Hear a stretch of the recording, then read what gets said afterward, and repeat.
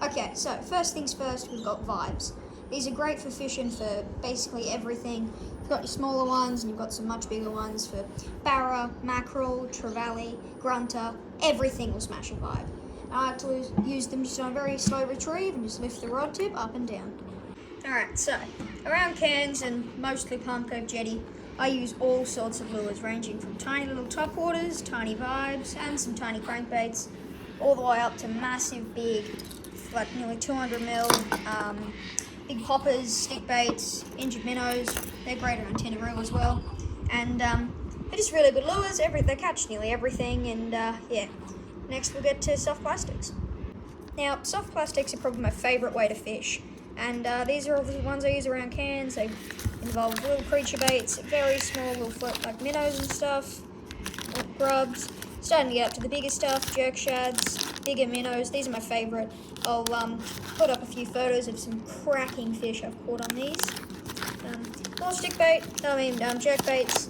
Here's the much bigger stuff for mackerel, big barra, big queenfish, and sometimes the bigger GTs if they're down deep. And then my massive barra lures. Through a 6.2 inch minnow, 155 mil in a pearl gudgeon colour. I love these. So far I haven't caught any fish on them, but I have lost a couple of some big ones. We flicked them, hooked some fish. But yeah, these are really good for big, massive barra. And yeah, next we'll get to some spinners. Alright, so for metals, and I'll also be covering jigs in this section. We've got real big stuff for the mackerel and big trevally, big 40 gram, 30s, 28s, more 20s and stuff. And then we get down to the really little stuff for trevally, smaller mackerel, and catching like things like bait. Micro jigs for anything really, it's micro jigs. Little 8 gram, 14 gram jig, and then like 8 and 8.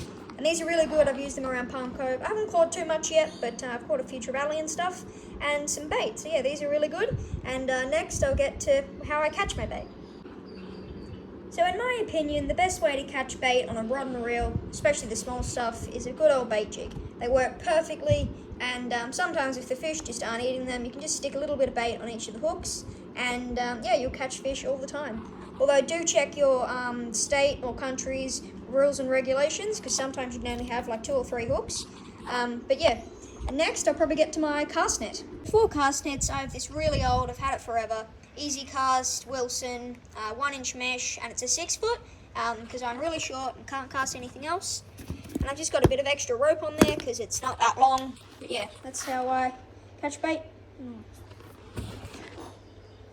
But yeah, so it's a really good way to catch bait. It takes a while to learn to throw, but you get everything. You can even get meter barra in these things. I've seen people do it. Alright, I'll get to my rods and reels. Alright, so first off, we've got this really little, well, it's not really little, it's 7 foot, what's it called? Jarvis Walker Bullseye, 7'3" Estuary. And it is a Jarv Walker, but it's done me really good. And I just don't have the money to spend after I bought my last rod, which I'll show you in a second. And just some 10-pound braid works beautifully. And I use little hooks and stuff on this thing to catch bait. And most of the time I'm flicking little lures on it though.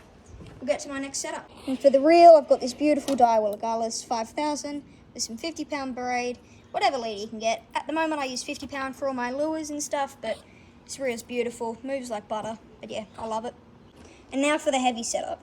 Also, I do use other rods and reels, but this is just what I use around Cairns and Palm Cove Jetty, mostly. So this is another Jarvis Walker, although I have had it for years, and it's pretty light, but it does the job. And a very, very large 5000 bait runner from a random company called Outback Adventures. Got no idea if that even still gets sold, but yeah, it's a beautiful rod and reel. Thinking of getting a new rod, but yeah, the rig I use mostly on this is just a little float, about 2 meters of line, little sinker and a hook. And yeah, that's how I catch all my big sharks and stuff. Yeah, this has been Fysh Lur. Subscribe, and I'll see you next time.